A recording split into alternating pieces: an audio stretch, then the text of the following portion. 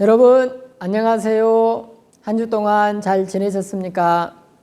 오늘 계속해서 요한계시록 8장의 말씀을 보도록 하겠습니다.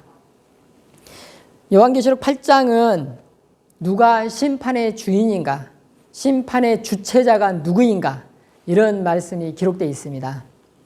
먼저 우리나라의 역사를 한번 돌아보도록 하겠습니다. 우리나라에 고려라는 나라가 있었습니다.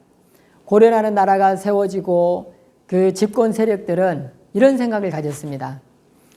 귀족에 의한 통치, 좀 고급진 통치, 이런 것들을 좀 생각을 했습니다. 그래서 고려를 귀족들이 잘 통치하고자 했었는데 뜻은 좋았지만 막상 뚜껑을 열어보고 세월이 가니 엄청난 부패가 이어졌습니다. 그래서 이자겸의 난인지 묘청의 난, 무신들의 난, 또 몽골의 침략으로 거의 100년에 가까운 세월의 지배, 엄청난 일들이 고려 역사 속에서 있었습니다. 이것을 보고 474년의 고려의 역사를 보면서 많은 신진 사대부들이 이렇게 가서는 안 되겠다. 그러면서 이성계의 세력이 이렇게 결탁을 해가지고 고려를 멸망시키고 새로운 나라를 만듭니다. 그래서 군주와 또 신하들의 그 세상, 그 통치의 세력의 균형을 맞춰서 좀 멋진 세상을 만들어보자. 그리고 사상적 배경은 유교가 되면 좋겠다. 이렇게 이제 해서 또 새로운 세상을 만들었습니다. 그리고 또 500년이 지납니다. 500년이 지나는 세월 동안 참 많은 일이 있었죠. 그러나 후반부로 갈수록 그 무능의 역사가 계속 이어집니다. 그래서 결국은 그 무능의 대가로 나라가 망하지요. 고려는 474년, 조선은 500년, 거의 다 둘이 다 500년의 세월인데 거기에서 공통점은 무능입니다. 그래서 무능한 나라는 결국은 더 연장되지 않고 역사 속으로 사라지게 되는 것이죠. 이렇게 사라지게 되는 그 우리나라의 역사를 보면서 부패하고 무능한 세력은 멸망하게 되나 보다. 여기서 끝나면 안 됩니다. 그 역사, 로마의 역사든 어떤 나라의 역사든 그 역사는 하나님께서 주관하신다라는 시각이 꼭 있어야 됩니다. 이 세상의 역사, 개인의 역사, 모든 역사들 속에는 하나님의 주권이 있구나. 하나님께서 역사하시는 그 디자인 속에서 역사가 흘러가는구나. 이것을 아셔야 됩니다. 그런데 우리는 이제 거기에서 우리나라의 역사만 보면서 거기는 인간의 무능, 부패가 있었구나. 여기서 끝나는 경우가 참 많습니다. 오늘 본문의 말씀도 마찬가지입니다. 세상에 엄청난 심판이 이루어지고 있는데 이 심판이 그냥 단순히 인류의 역사고 그 속에는 하나님의 역사하심, 하나님의 섭리하심은 다 없다. 이렇게 봐버리면 정말 인간의 한계 안에서 오염된 이성 안에서 이 역사 또 성경을 보는 것입니다. 한번 말씀 속으로 더 자세히 들어가 보겠습니다. 요한이 지금 심판이 어떻게 진행되고 있는지 보는 중인데 8장 1절에 보면 7째 인, 도장, 마지막 도장을 딱 떼게 됩니다. 그러면 무슨 일이 벌어지냐면 8장 1절에 보면 7째 인을 떼실 때에 하늘이 반 시간쯤 고요하더니 이렇게 돼 있습니다. 보통은 그 전에 심판들을 봤을 때 도장을 딱 떼는 순간 엄청난 우리와 같은 소리가 있으면서 선포하면서 이렇게 해라 저렇게 해라 이렇게 했는데 갑자기 이번에는 고요해져요. 일정한 시간 동안 반 시간쯤이라고 돼 있는데 여기서 정말로 인간의 지금 12시간 24시간으로 돼 있는 그 시간을 말하는 게 아니에요. 일정한 시간을 말하는 거예요. 그 시간 동안 고요한 일이 벌어져요. 그리고 2절에 보면은 내가 보매 하나님 앞에 7 천사가 서 있고 7 나팔을 받았더라. 지금까지는 인심판이 있었고 이제 7개의 나팔이 준비되어 있어요. 그러니까 또 다른 한 세트, 인 세트, 또 나팔 세트, 이렇게 지금 심판이 준비되어 있는 거예요. 심판이 진행되고 준비되고 그런 상황입니다. 그러나 아직 나팔 심판은 시작되기 전이고 인 심판, 마지막 심판이 진행되는 중에 고요한 일이 벌어졌어요. 왜 고요해졌냐면 3절에 나옵니다. 또 다른 천사가 와서 제단 곁에 서서 금향로를 가지고 많은 향을 받았으니 이는 모든 성도의 기도와 합하여 보좌 앞 금제단에 드리고자 함이라. 향료가 있는데 이 향료가, 향이라는 것은 시각적으로 보면은 이렇게 올라가죠. 향은 올려짐의 표현이에요. 시각적 표현이에요. 근데 그냥 향이 올라가는 것이 아니라 4절에 향연이 성도의 기도와 함께 천사의 손으로부터 하나님 앞으로 올려가더라. 이렇게 돼 있어요. 그러니까 성도의 기도가 시각적 표현을 이렇게 이제 시각적으로 표현하는 거예요. 향과 함께 하나님께로 올려지는구나. 지금 이런 표현입니다. 성도의 기도를 하나님께서 들으신다. 이걸 시각적 표현을 한 거예요. 그랬더니 5절에 무슨 일이 벌어지냐면 이 심판의 내용이에요. 천사가 향료를 가지고 제단에 불을 담아다가 땅에 쏟음에 불덩어리가 땅에 그냥 팍 쏟아지는 거예요. 이게 결코 좋은 내용이 아니에요. 엄청난 불덩어리가 하늘에서 쏟아진다고 생각해봐요. 인간의 땅에 쏟음에 우레와 음성과 번개와 지진이 나더라.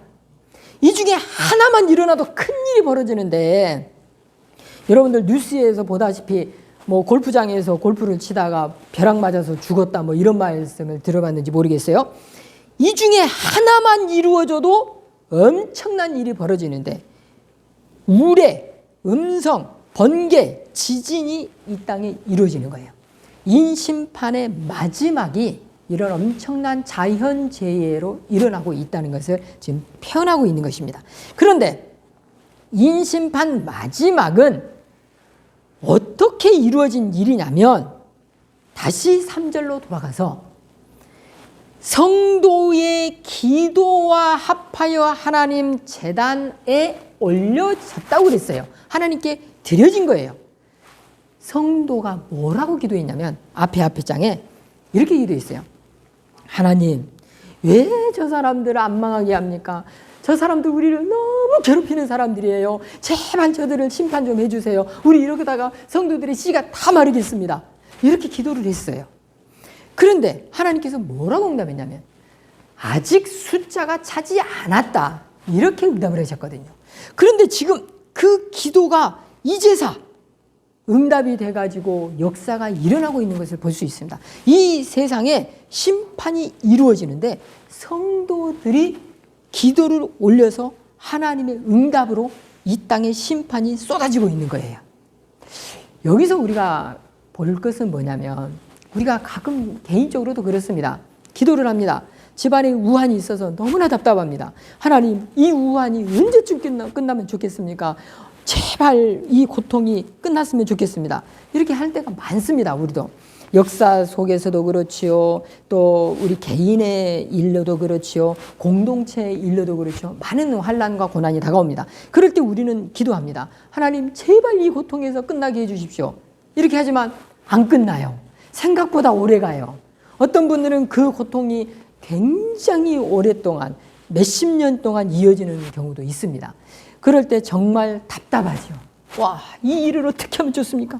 그런데 하나님의 응답은 더딘 것 같고, 그러나 결국은 하나님께서는 역사하시고 하나님께서는 그 기도를 들으시고 응답하신다는 것을 지금 보여주고 있는 것입니다. 그리고 이제 나팔 심판이 시작됩니다. 나팔 심판이 8장에서는 4개밖에 나오지 않아요. 그 9장으로 가야 이제 나머지 심판이 나옵니다. 근데 오늘은 그 4개만 보도록 하겠습니다. 7절 나팔 심판에 7절에 나팔을 불었더니 무슨 일이 이루어지냐면 피 섞인 우박과 불이 나와서 땅에 쏟아집니다. 땅의 3분의 1이 불타버리고 수목의 3분의 1이 불타버립니다. 각종 푸른 나무가 다 불타버립니다. 땅의 엄청난 심판.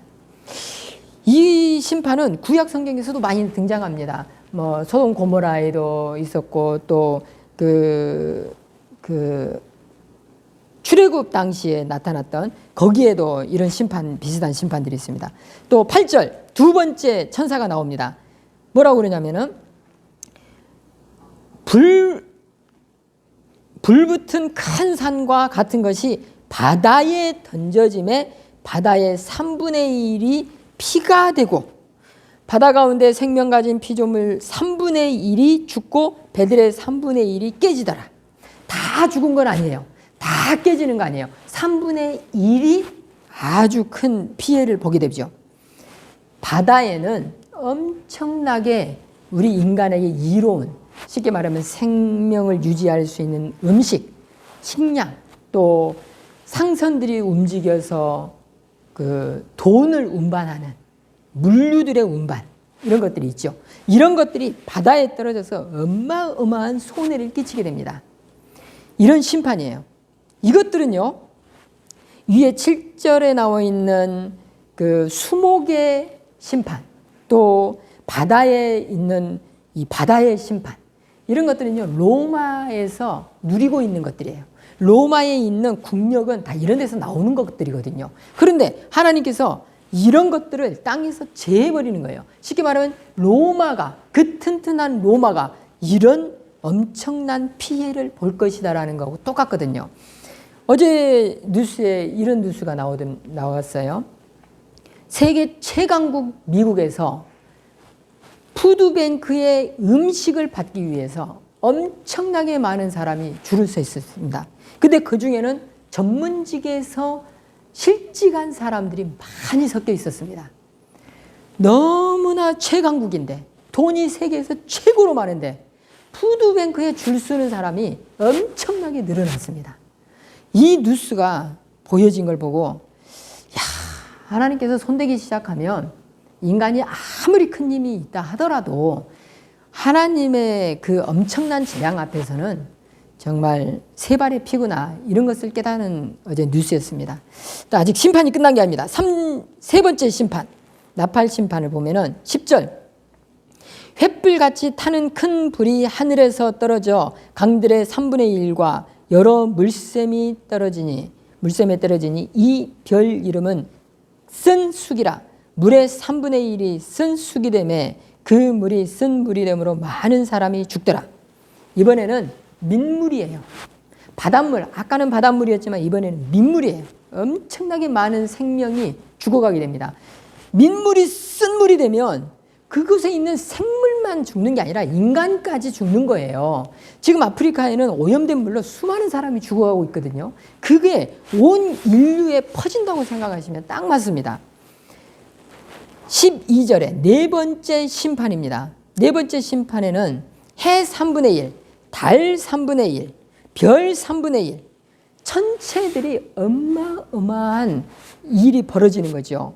지금은 천체들이 잘 돌아가니까 별로 어려움을 못 느낍니다. 그러나요, 우주에서 일어나는 일 중에 하나라도 잘못되면 지구는 어마어마한 피해를 보게 됩니다. 예를 들어서 태양풍 하나만 예를 들어보겠습니다. 태양에서 엄청난, 지금까지 일어나는 상식적 폭발이 아닌 엄청난 폭발이 한 번만 일어난다면, 그게 지구 쪽으로 온다면 그 파장이 지구를 둘러싸고 있는 전자파를 싹 걷어낼 수가 있습니다. 그러면 무슨 일이 벌어지냐면 지구의 전자파, 그 태양에서 오는 파장이 우리를 막아주는 이게 없어지기 때문에 인간이 마치 전자레인지에 들어가서 튀겨진 것 같은 그런 일이 벌어지게 됩니다. 이 천체에서 일어나는 엄청난 일이 지구에 끼쳐지기만 하더라도 상상할 수 없는 재앙이 벌어지게 됩니다. 이런 일들이 지금 하나님의 완벽한 심판의 그 순서들이 진행된다는 것을 말하고 있습니다. 그리고는 여기서 끝난 게 아니에요. 앞으로 3개가 더 남아 있는데 그 중에 13절 뭐라고 되어 있냐면은 독수리가 등장합니다. 그 독수리가 등장해서 뭐라고 그러냐면 큰 소리로 이르되 땅에 사는 자들에게 화로다, 화로다, 화로다. 이 세 천사들이 불러야 할 나팔 소리가 아직 남아있음이로다 하더라. 아직 심판이 끝나지도 않았는데 엄청난 화가 인간들에게, 이 인류에게 3번이나 더 있다라고 선포하고 지나가 버립니다. 이 독수리도 실은 구약에서 한번 나왔던 존재예요. 이 독수리가 에레미야에서 나오거든요. 거기에서 엄청난 심판이 있는데 그 심판이 끝난 게 아니고 뭐라고 그러냐면은 제가 한번 읽어드리겠습니다. 두려움에서 도망하는 자는 함정에 떨어지겠고 함정에서 나오는 자는 올무에 걸리리니 이는 내가 모압에 벌받을 해가 임하게 할 것임이니라. 여호와의 말씀이니라. 계속해서 이 심판은 여호와 하나님께서 이 땅에 주신 것이다. 이렇게 선포하고 있는 것입니다. 구약에서도 그랬고요. 이 신약에서도 그렇습니다. 지금 요한이 보는 이 환상도 그렇게 선포하고 있는 것입니다. 그렇기 때문에 우리가 여기 8장에서 알 수 있는 내용은 뭐냐면은 심판의 주관자는 하나님이시고 역사의 주관자가 하나님이신데 이 하나님의 외아들 예수 그리스도를 떠날 것인가 말 것인가를 정하라. 이 선포인 것입니다. 우리가 그냥 엄청난 심판이 오는구나. 아, 여기 무섭구나. 이러고 끝나는 것이 아닙니다. 요한의 메시지는, 하나님의 메시지는 명백합니다. 이런 심판의 주관자, 이 역사의 주관자 하나님, 그 외아들을 믿을 것인가 말 것인가 지금 결정하라. 이것이거든요. 이 당시에 많은 사람들이 배교했어요. 많은 사람들이 예수님을 떠났어요. 심판이, 로마의 핍박이 무서워가지고. 그런데 지금은 양상이 달라요. 너무나 좋아요. 먹고 살 게 너무나 많아요. 대한민국에서 살면 굶지는 않아요.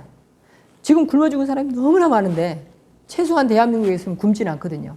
그런데 거기다가 더하여서 따뜻한 물 나오지요. 따뜻한 방이 있지요. 또 이렇게 우리가 돈을 못 벌면 정부에서라도 돈을 주지요. 참 좋은 세상에 살아가고 있습니다.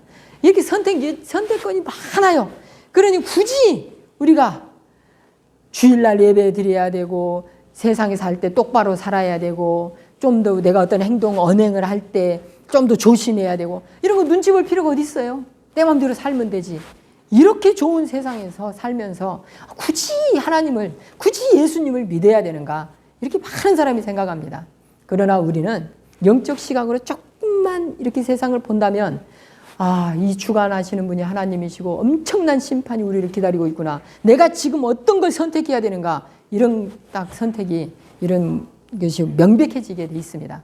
우리는 꼭 역사의 주관자이시고 심판의 주관자이신 하나님, 또 그 외아들 예수 그리스도를 그 믿는 길에서 떠나지 않기를 바라겠습니다. 감사합니다.